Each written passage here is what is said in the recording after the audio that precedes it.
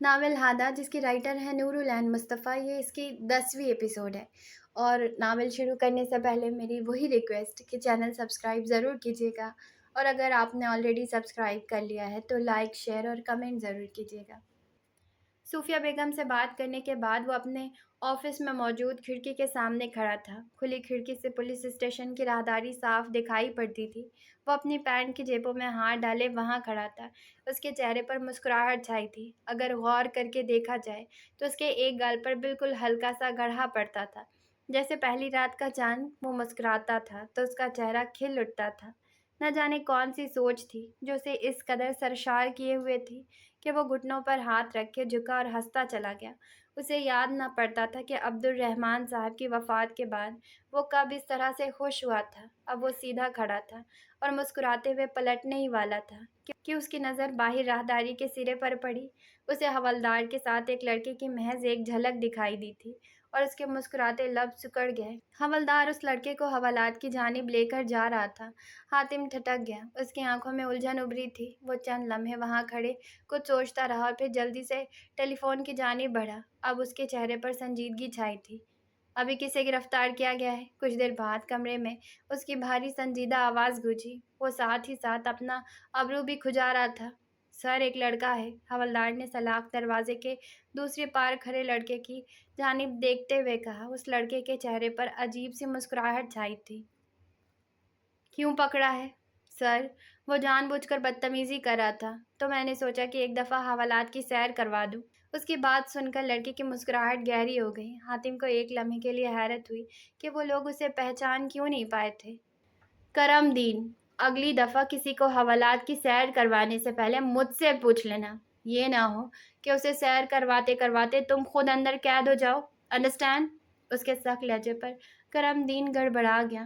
یس سر، مدھیم آواز میں کہتے ہوئے اس نے ایک سلگتی ہوئی نگاہ اس لڑکے پر ڈالی جو اب اپنے لبوں کو سکیڑے ہاتھ پینٹ کی جیبوں میں ڈالے سیٹی بجا رہا تھا۔ اسے میرے پاس لے کر آؤ، حکم دے کر حاتم نے ٹیلی فون کریڈل پر رکھ دیا۔ اب وہ دونوں ہاتھوں کو جوڑ کر کوہنیاں میز پر ٹکائے اس کے آنے کا انتظار کر رہا تھا۔ ابھی کچھ پل ہی گزرے تھے کہ حوالدار کے ساتھ ایک دبلا پتلا سا لڑکا اندر داخل ہوا۔ حاتم کو دیکھ کر اس کی آنکھوں میں چمک در آئی۔ رفسی نیلی شرٹ اور نیلی جینز پہنے وہ لڑکا کافی خوش شکل تھا۔ اس کے نقوش پرکشش تھے جبکہ آنکھیں سیاہ تھیں۔ اس کی عمر 18 سے 20 سال کے درمیان کی معلوم پڑتی تھی۔ اسے دیکھ کر بھی حاتم کے چہرے پر کوئی تاثر نہیں ابھرے تھے۔ ایک نظر اس لڑکے کو دیکھ کر وہ کرم دین کی جانب مڑا۔ آئندہ میری اجازت کے بغیر کسی کو گرفتار مت کرنا، ورنہ اپنی نوکری سے ہاتھ دھونے کے ذمہ دار تم خود ہوگے۔ کرم دین نے اس کے سرد لہجے پر اپنا سر اس بات میں ہلا دیا۔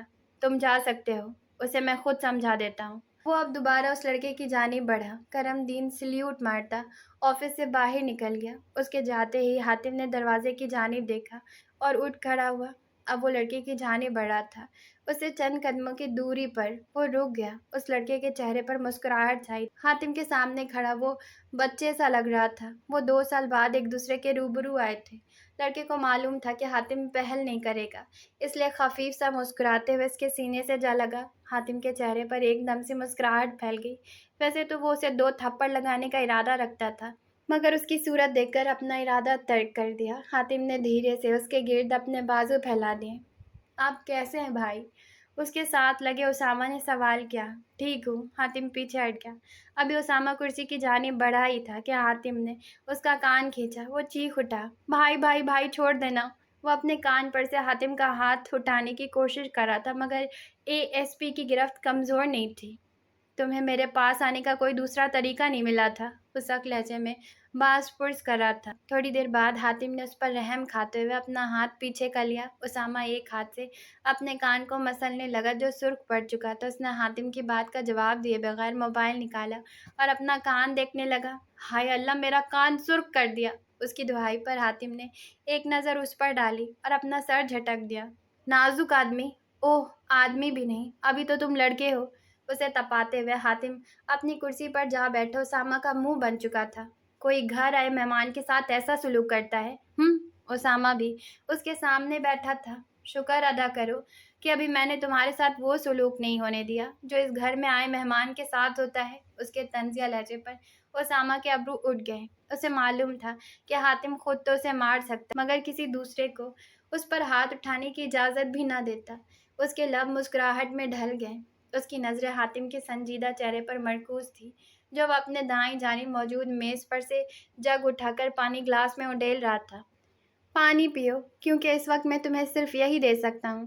اس کے آگے پانی کا گلاس رکھنے کے بعد اس نے اپنے لیے بھی پانی گلاس میں انڈیلا۔ حاتم اپنا گلاس اس کی جانب بڑھا رہا تھا جس پر اسامہ اپنا گلاس اس کے گلاس سے ٹکراتے ہوئے ہنس دیا۔ حاتم بھی مسکرا دیا۔ ویسے اگر تم ہادی سے ملتے تو تم دونوں بہت جلد دوست بن جاتے۔ اسامہ رکا۔ کون ہادی؟ اس کے سوال پر حاتم کے لب ہلکی سی مسکراہٹ میں ڈھل گئے، آنکھیں جگمگا اٹھی۔ حافظ کا بھائی؟ چند لمحوں کے لیے خاموشی چھا گئی۔ اسے اپنے اوپر اسامہ کی مسکراتی نظریں محسوس ہوئی تو اسے احساس ہوا کہ وہ کسی انسان کا حوالہ دے چکا تھا، اور پھر پانی پیتے حاتم کو اچھو لگا اور وہ کھانستے ہوئے دوہرا ہو گیا۔ اسامہ فکری انداز میں اس کی جانب بڑھا تھا۔ اب وہ حاتم کی پیٹھ تھپک رہا تھا۔ حاتم کا چہرہ سرخ پڑ گیا۔ جب تنفس کچھ حد تک درست ہوا تو وہ سیدھا ہوا۔ اسامہ واپس سے کرسی پر بیٹھ گیا۔ آپ کو آرام سے پانی پینا چاہیے۔ حاتم نے اس بات میں سر ہلایا۔ کھانسنے کے باعث اس کی آنکھیں سرخ ہو چکی تھیں، ان میں ہلکی سی نمی بھی چھا گئی۔ وہ اسامہ نے شریر نظروں سے اس کی جانب دیکھا۔ حافظ کون ہے؟ اس کے سوال پر حاتم بے ساختہ ہی اپنے نظریں چرا گیا۔ اسامہ ہنوز شرارتی نظروں سے حاتم کو تک رہا تھا۔ ماموں کی بیٹی ہے۔ کہنا تو وہ کچھ چاہتا تھا مگر کہہ کچھ اور گیا تھا۔ اسامہ نے اپنے سر کو اس بات میں جنبش دی مگر پھر رکا اور شک بھری نظروں سے اسے دیکھا۔ آپ یہ بھی تو کہہ سکتے تھے کہ ہادی آپ کے ماموں کا بیٹا ہے، اس نے شکی انداز میں کہا۔ صرف دال میں کچھ کالا ہے، کہنا باقی رہ گیا تھا۔ حاتم کا دل کیا کہ وہ اپنا سر تھام لے یا پھر اس کو یہاں سے چلتا کرے۔ وہ پیاری ہیں۔ اس نے ہے سے ہینگ کا سفر بہت جلدی طے کر لیا تھا۔ اس سوال پر حاتم تھما۔ اس کی آنکھوں میں جھنجھلاہٹ کی جگہ نرمی نے لے لی۔ اسامہ نے دیکھا کہ اس کی آنکھوں کا تاثر محض ایک لمحے میں ہی تبدیل ہوا تھا۔ اسے ایک مختلف انسان بننے میں صرف ایک ساتھ لگی تھی۔ اسامہ کو حاتم کی نظروں میں کچھ ایسا نظر آیا تھا کہ وہ مسکرا اٹھا۔ اس کا دل کیا کہ وہ جھوم اٹھے۔ اس کے حاتم بھائی پر بھی محبت اپنا وار کر چکی تھی۔ پتہ نہیں، حافظ کی نم آنکھیں اس کے سامنے تھی۔ اسے ان آنکھوں میں دیکھتے ہوئے محسوس ہوا تھا کہ ان میں ایک التجا تھی، جیسے وہ کہنا چاہتی ہو کہ مت جاؤ حاتم عبد الرحمن، مت جاؤ۔ اسے یکدم ہی سانس لینے میں دشواری پیش آنے لگی۔ آنکھیں مون کر اس نے گہرا سانس بھرا۔ اسامہ اسے غور سے دیکھ رہا تھا۔ وہ نقاب کرتی ہے، میرے سامنے جب بھی آئی ہے اپنا چہرہ ڈھانپ کر آئی ہے۔ وہ اپنی کرسی پر جھولتا ہوا آنکھیں بند کیے کہہ رہا تھا، میں نے اس کا چہرہ کبھی نہیں دیکھا۔ اس کی بات پر اسامہ نے برا سا منہ بنایا۔ کبھی تو نظر پڑی ہوگی نا، کبھی تو ان کے چہرے کی ایک جھلک دیکھی ہوگی۔ حاتم نے یکدم اپنی آنکھیں کھولی۔ اب ان میں ایک عجیب سی سختی تھی۔ میری نظریں اپنی حدود جانتی ہیں اسامہ، سنجیدہ سا لہجہ، تو کیا آپ انہیں کبھی بھی نہیں دیکھیں گے؟ اس سوال پر حاتم کی سنجیدگی پل بھر میں ہوا ہوئی۔ اگر کبھی محرم بنا تو دیکھ لوں گا، مدھم سا مسکراتا لہجہ۔ اسامہ کی آنکھیں پھیل گئی۔ ابھی تو اسے یہ معلوم نہ تھا کہ حاتم عبد الرحمن نکاح کر کے اپنی بیوی کو طلاق بھی دے آیا تھا، اور حاتم یہ بات اسامہ کو بتانے کا ارادہ ہرگز نہیں رکھتا تھا۔ اب تم جاؤ، کافی دیر ہو چکی ہے۔ حاتم کی بات پر اسامہ نہ چاہتے ہوئے بھی اٹھ کھڑا ہوا۔ میں رات کو اپنے پرانے گھر آؤں گا، وہاں کی چابی میرے پاس ہے، وہاں آرام سے بیٹھ کر باتیں کریں گے۔ اسامہ نے اس بات میں سر ہلایا اور اس سے ہاتھ ملایا۔ چند لمحوں بعد وہ حوالدار پر جتاتی نظر ڈالتا سیٹی بجاتا پولیس اسٹیشن سے باہر نکل رہا تھا۔ پیچھے کرم دین منہ ہی منہ میں بڑبڑا کر رہ گیا۔ خدیل کو جو خبر ملی تھی اسے سن کر وہ خوشی سے جھوم اٹھا تھا۔ اس لمحے کا تو وہ کب سے انتظار کر رہا تھا۔ اس کا دل چاہا کہ وہ سب کو چیخ چیخ کر بتائے کہ ہمنا اور اس کا نکاح ہونے والا تھا۔ وہ اپنے آپ کو ایک خوش قسمت انسان تصور کر رہا تھا جس کی چاہت اسے ملنے والی تھی۔ ہمنا کی طلاق کی خبر سن کر وہ سب کچھ چھوڑ چھاڑ کر دوڑتا ہوا گھر کی جانب آیا۔ اسے معلوم تھا کہ اپنی ماں کو منانا بہت مشکل کام تھا مگر اسے یقین تھا کہ وہ انہیں منا لے گا۔ اب اتنا کچھ ہمنا نے کیا تھا تو وہ بھی تو یہ کام کر سکتا تھا۔ اور پھر بالآخر 1 گھنٹے کی منت اور سماجت کے بعد وہ اور یاسمین بیگم نعیم صاحب کے گھر پر موجود تھے۔ نعیم صاحب کا چہرہ غصے کے باعث سرخ پڑ چکا تھا۔ وہ حدیل اور یاسمین بیگم کی جانب نہیں دیکھ رہے تھے۔ نکاح خواں کو بلواؤ اور نکاح کروا کر اسے اپنے ساتھ لے جاؤ، میں اسے مزید اپنے گھر میں نہیں رکھ سکتا۔ ان کے لہجے میں کٹھور پن تھا۔ کمرے میں بیٹھی ہمنا ان کی بات پر سسکاری بھری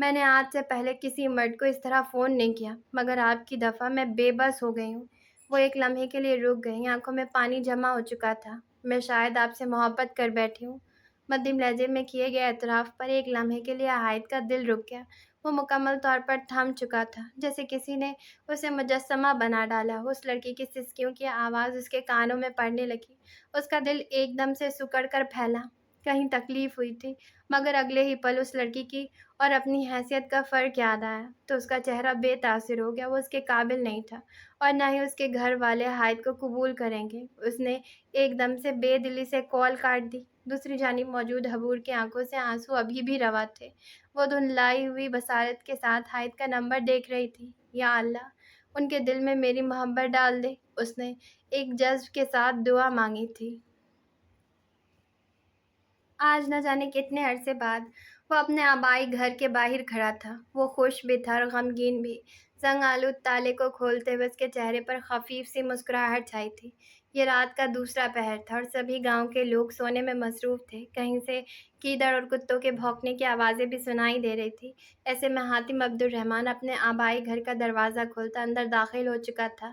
لوہے کے دروازے کی گونج دور تک سنائی دی تھی۔ وہ دروازے سے اندر داخل ہوا تو سامنے وسیع آنگن تھا، جس میں موجود بہت سے درخت ویسے ہی تھے جیسے وہ چھوڑ کر گیا تھا۔ اس کی نگاہوں کے سامنے اس کا پورا بچپن گھوم گیا۔ اس کی نظروں کے سامنے کبھی 100 سالہ بچہ بھاگ رہا تھا تو کبھی وہی بچہ اپنی ماں سے چھپ رہا تھا۔ پھر وہ کسی درخت کے ساتھ لگے جھولے کے ساتھ جھولنے لگا۔ اب آنگن کے عین وسط میں ایک مرد اپنے بازو پھیلا کر کھڑا تھا۔ وہ بچہ اس آدمی سے جا لپٹا۔ اب کی بار حاتم نم آنکھوں سے مسکرا دیا۔ یکدم چاروں اور سے رونے کی آوازیں سنائی دینے لگی۔ حاتم کے مسکراتے لب سکڑ گئے۔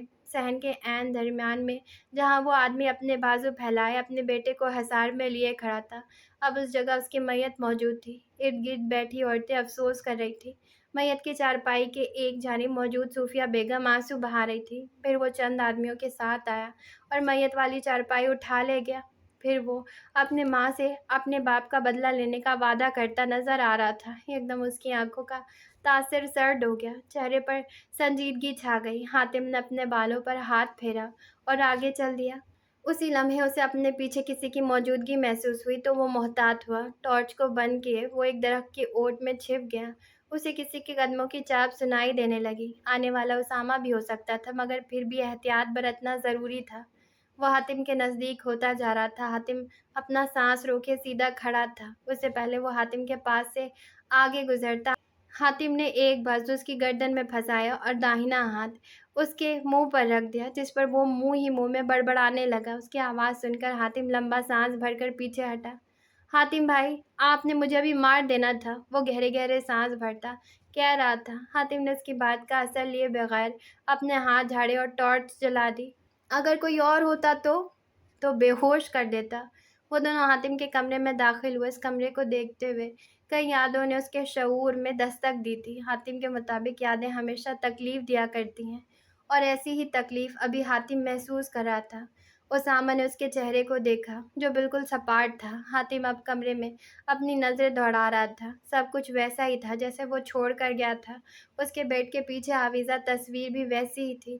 اسے دیکھ کر وہ لمحے بھر کے لیے مسکرایا، پھر آگے بڑھ کر تصویر کو اتار لیا۔ وہ سیاہ گاؤن پہنے، سیاہ ٹوپی اوڑھے، ہاتھ میں ڈگری تھامے ہوئے عبد الرحمن کے ساتھ کھڑا تھا۔ ان دونوں کے چہروں پر ایک مسکراہٹ موجود تھی۔ اس نے مسکراتے ہوئے فریم کے شیشے پر جمی دھول اپنے ہاتھوں سے صاف کی اور پھر عبد الرحمن کے چہرے پر اپنے لب رکھ دیے۔ وہ کچھ دیر ویسے ہی آنسوؤں کو ضبط کیے، دل کو مضبوط کیے کھڑا رہا۔ اسامہ نے اس کے کندھوں پر ہاتھ رکھا تو وہ سیدھا ہوا۔ اسامہ اسے اپنے سینے سے لگا گیا۔ ان دونوں نے ہی اپنے والد کو کھویا تھا، اور والد کی موت کے بعد کوئی بچہ پہلے جیسا نہیں رہ سکتا۔ وہ دونوں بھی نہیں رہے تھے۔ حاتم نے اپنی تبدیلی کو سب پر ظاہر کر دیا تھا، جبکہ اسامہ نے اسے اپنی مسکراہٹ کے پیچھے چھپا لیا تھا، مگر حقیقت یہ تھی کہ دونوں کے سینے میں بدلے کا الاؤ دہک رہا تھا۔ آگے کا پلان کیا ہے؟ اب وہ دونوں کرسیوں کو صاف کر کے ان پر براجمان تھے۔ دونوں کے چہروں پر سنجیدگی چھائی تھی۔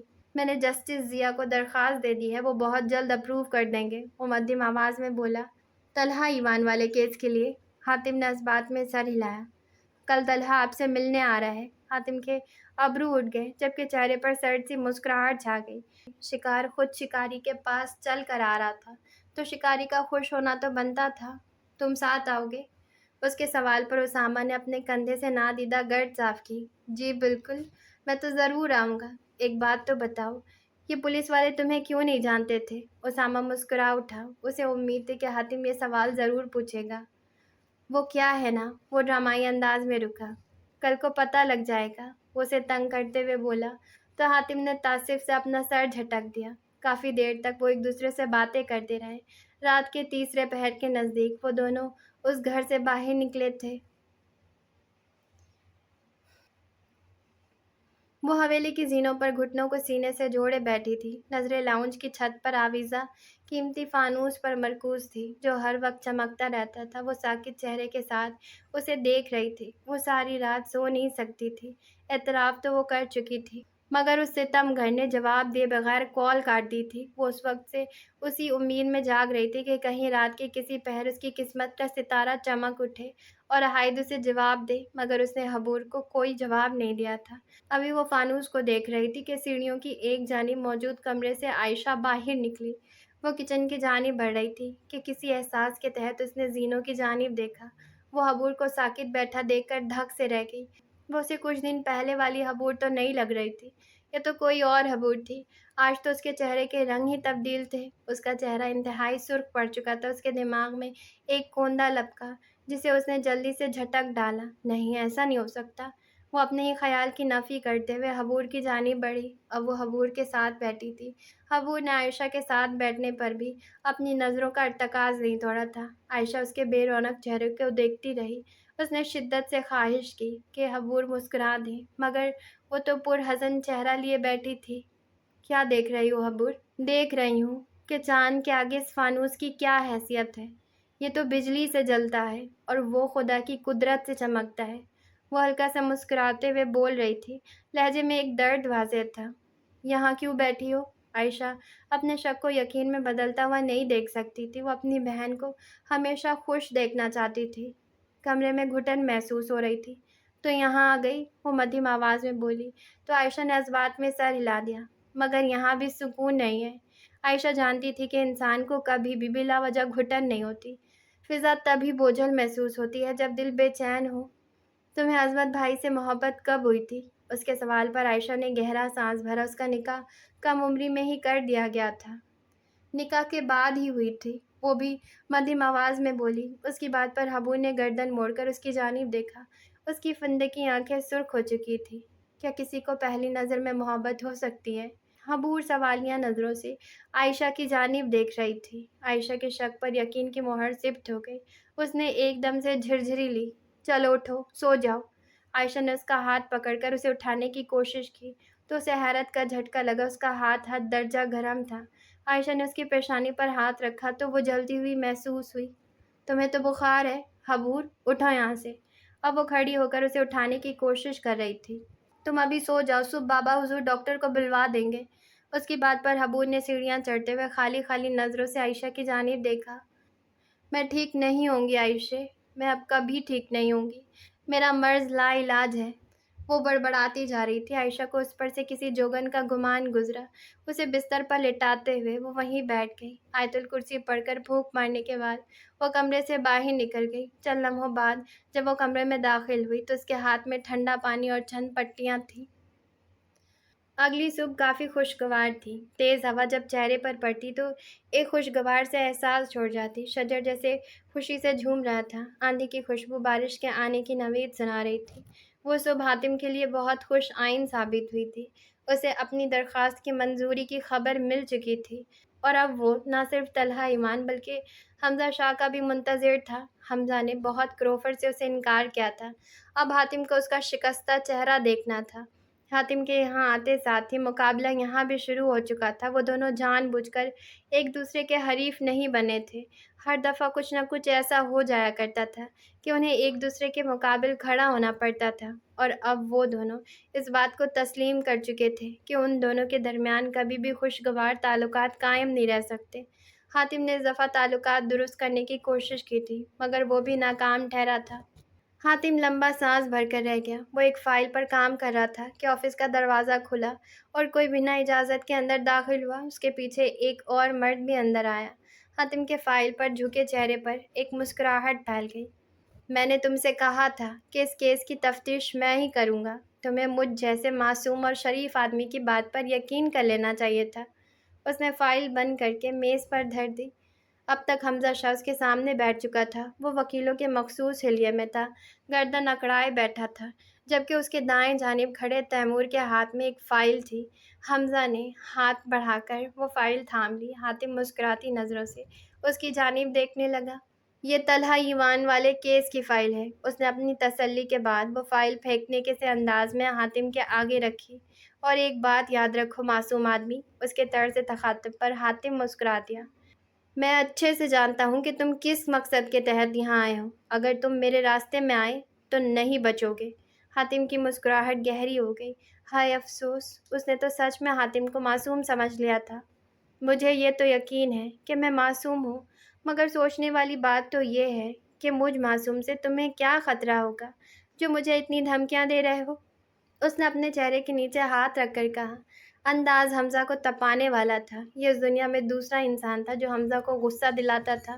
جس دن مجھے تمہاری کوئی کمزوری مل گئی نا، اس دن میں تم سے سارے بدلے لوں گا۔ حاتم کے مسکراتے لب سکڑ گئے اور وہ سیدھا ہو بیٹھا۔ حمزہ نے اعتراف کیا تھا کہ اس کے سامنے بیٹھا انسان گرگٹ کی تیزی سے رنگ بدلتا تھا۔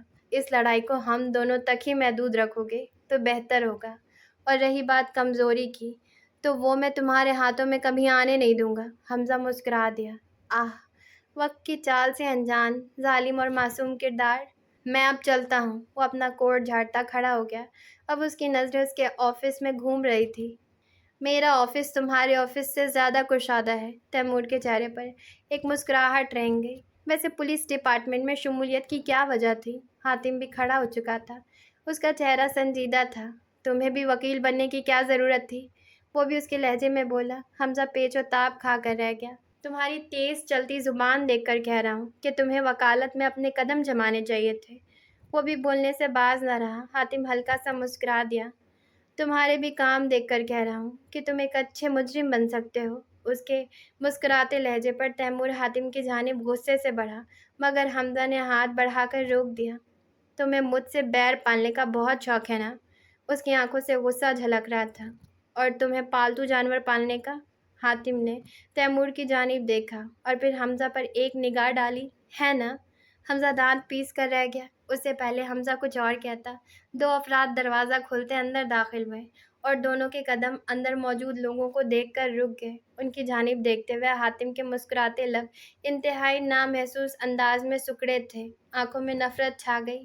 اندر داخل ہونے والوں میں سے ایک 40 سالہ مرد تھا جو کہ حلیے سے ہی زمیندار لگتا تھا، جبکہ دوسرا تقریباً 20 سالہ نوجوان لڑکا تھا۔ حمزہ اور تیمور کی آنکھوں میں ناگواری چھا گئی۔ ارے واہ، یہاں تو ہمارے دشمنوں کی خاطرداری ہو رہی ہے۔ وہ آدمی انتہائی کروفر سے آگے بڑھا اور حاتم کی جانب اپنا ہاتھ بڑھایا۔ حمزہ ان کی موجودگی میں یہاں نہیں رکنا چاہتا تھا۔ وہ تیمور کو اشارہ کرتا اس کے ساتھ کمرے سے باہر نکل گیا۔ ان کے جانے پر اس آدمی نے ایک ناگوار نگاہ آفس کے دروازے پر ڈالی۔ وہ بھی ہاتھ آگے بڑھائے کھڑا تھا۔ بندے کو طلحہ ایوان کہتے ہیں۔ اس کے لہجے میں مقامی زبان کا ہلکا سا عنصر موجود تھا۔ حاتم نے ایک بے تاثر نگاہ اس کے ہاتھ پر ڈالی اور خاموشی سے کرسی پر بیٹھ گیا۔ میں کسی ملزم سے ہاتھ نہیں ملاتا۔ اس کے سادہ سے لہجے پر قہقہا لگا کر ہنس پڑا، جبکہ اس کے ساتھ موجود لڑکے کے چہرے پر بھی مسکراہٹ پھیلی تھی۔ طلحہ حاتم کے سامنے اس کرسی پر جا بیٹھا جہاں سے ابھی حمزہ اٹھ کر گیا تھا۔ اس نے اپنے ساتھ موجود لڑکے کو اشارہ کیا تو وہ اس کے ساتھ آ بیٹھا۔ یہ میرا خاص آدمی اسامہ ہے۔ اس کا حلیہ رات والے اسامہ سے تبدیل تھا۔ اب اس کے چہرے پر نقلی داڑھیں اور مونچھیں بھی موجود تھیں۔ حاتم اسے دیکھ کر ہلکا سا مسکرا دیا۔ اس کی سمجھ آ گئی تھی کہ پولیس والے اسامہ کو کیوں نہیں پہچان سکے تھے۔ آپ شاہوں کے حویلی تو چلے گئے، ہماری حویلی کو بھی اپنے قدموں سے شرف بخش دیتے اور ہمیں بھی اپنی خاطر تواضع کا موقع فراہم کرتے۔ حاتم مسکراتے ہوئے سیدھا ہو بیٹھا۔ دراصل بات یہ ہے کہ میں ملزموں کے گھر سے کھانا نہیں کھاتا۔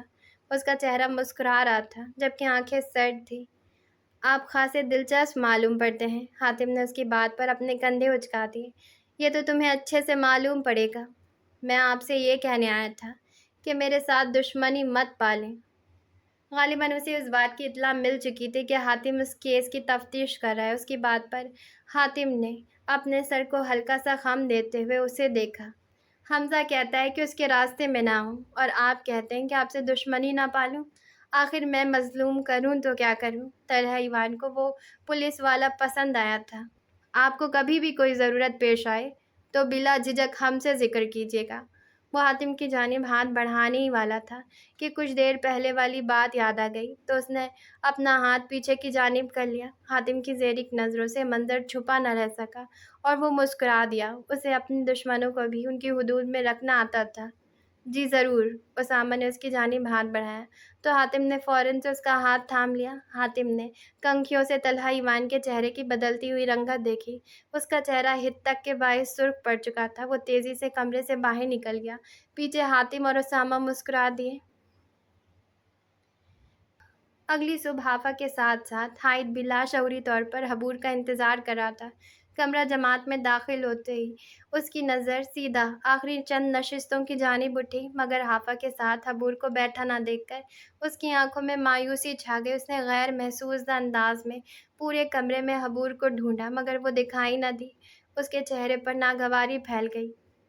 اعتراف کرنا مشکل تھا، مگر وہ واقعی میں حبور کو دیکھنا چاہتا تھا۔ گزشتہ رات صرف حبور کے لیے نہیں بلکہ اس کے لیے بھی بہت مشکل گزری تھی۔ کچھ راتیں اس قدر بوجھل ہوتی ہیں کہ انسان ان راتوں میں سو نہیں پاتا، اور گزشتہ رات حائد کے لیے ایسی ہی رات تھی۔ وہ اس لڑکی کو سوچنا نہیں چاہتا تھا، مگر اس کی سوچ کے تانے بانے کسی دوسری سمت متوجہ نہیں ہو رہے تھے۔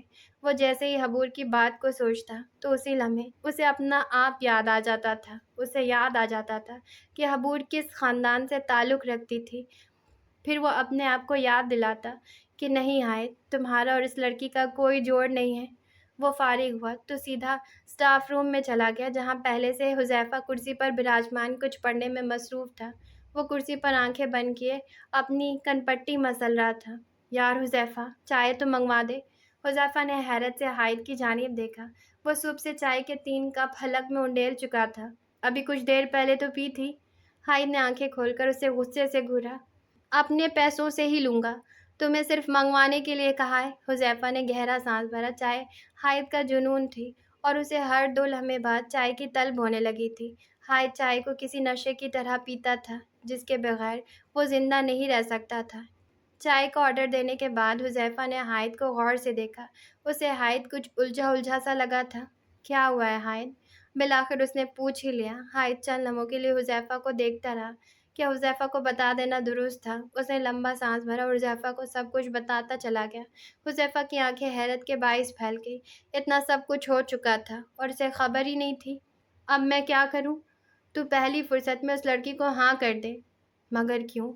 تو بس ہاں کہہ دینا۔ وہ فائل کو ایک طرف رکھ کر بولا تھا۔ مگر میں تو اسے محبت نہیں کرتا۔ اس کی بات پر حذیفہ نے اپنا سر تھام لیا۔ حائد آنکھوں میں الجھن لیے اسے دیکھ رہا تھا۔ دیکھ، یہ بات تو ہم دونوں جانتے ہیں نا؟ وہ تو نہیں جانتی۔ تو ٹھنڈے دماغ سے سوچ، وہ ایک بڑے خاندان کی لڑکی ہے۔ اگر اس نے کسی سے تمہاری شکایت کر دی تو تم مشکل میں پڑ جاؤ گے۔ حائد خاموشی سے اس کی بات سن رہا تھا۔ تم بس اس کے ساتھ اچھے تعلقات رکھو۔ اگر بات رشتے تک پہنچ جائے تو ٹال مٹول کر دینا۔ بس 4 سال اور پھر اس کے ساتھ تمہارے راستے الگ ہو جائیں گے۔ اس کی بات سنتا حائد شش و پنج میں مبتلا تھا۔ دل حذیفہ کی بات کی نفی کر رہا تھا، جبکہ دماغ اس کے حق میں تھا۔ حذیفہ اس کے پرسوچ چہرے کو دیکھ رہا تھا۔ بالآخر دماغ جیت گیا اور دل دہائی دے کر رہ گیا۔ اسے ابھی اپنے خواب پورے کرنے تھے، ان محبتوں کے چکروں میں نہیں پڑنا تھا۔ اس نے اپنے دماغ کی بات مان لی تھی اور محبت دور کھڑی اسے دیکھ کر دکھ سے مسکرا دی۔ دنیا میں انسان کے 2 طرح کے دوست ہوتے ہیں، ایک وہ جو انسان کو تباہی سے بچانے کی ہر مکمل کوشش کرتے ہیں، اور دوسرے وہ جو خود اپنے دوست کو تباہی کے دہانے پر چھوڑ کر آتے ہیں۔ نہ جانے حذیفہ ان دونوں میں سے کون سی قسم کا دوست تھا۔ جاری ہے۔ تو یہ تھا ہمارا آج کا ایپیسوڈ۔ ہم ملیں گے آپ سے اگلے ایپیسوڈ میں۔ جانے سے پہلے چینل کو سبسکرائب کریں، لائک کریں، شیئر کریں، کمنٹ کریں۔ ہم ملیں گے کل۔ Okay, ta-ta, bye.